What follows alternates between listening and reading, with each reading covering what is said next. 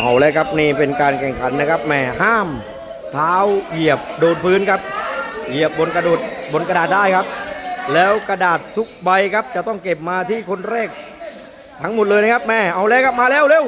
เอาเลยครับตอนนี้สูสีมากโอ้โหคนแรกแม่ชัดเจนจริงๆครับเอาเร็วใครช้ากว่า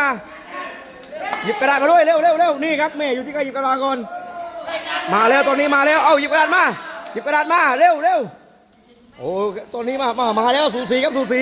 ใครจะเข้าสู่คนแรกครับนี่มาแล้วคนที่3มาแล้วเร็วปั๊บไม่ถึงนะไม่ถึง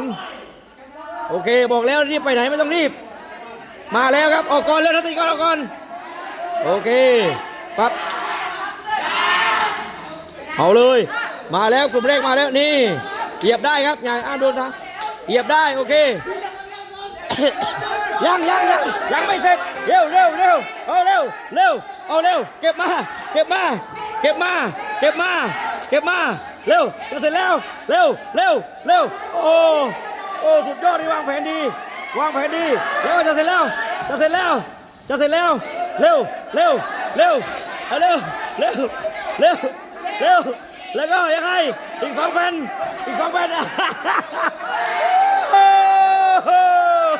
โอ้เรียบร้อยดีเอาเร็วไหนที่2ยังเร็ว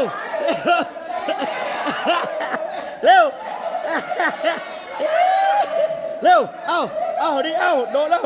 เร็วเอา2แล้วไปเร็วใครจะไปเร็วสุดท้าย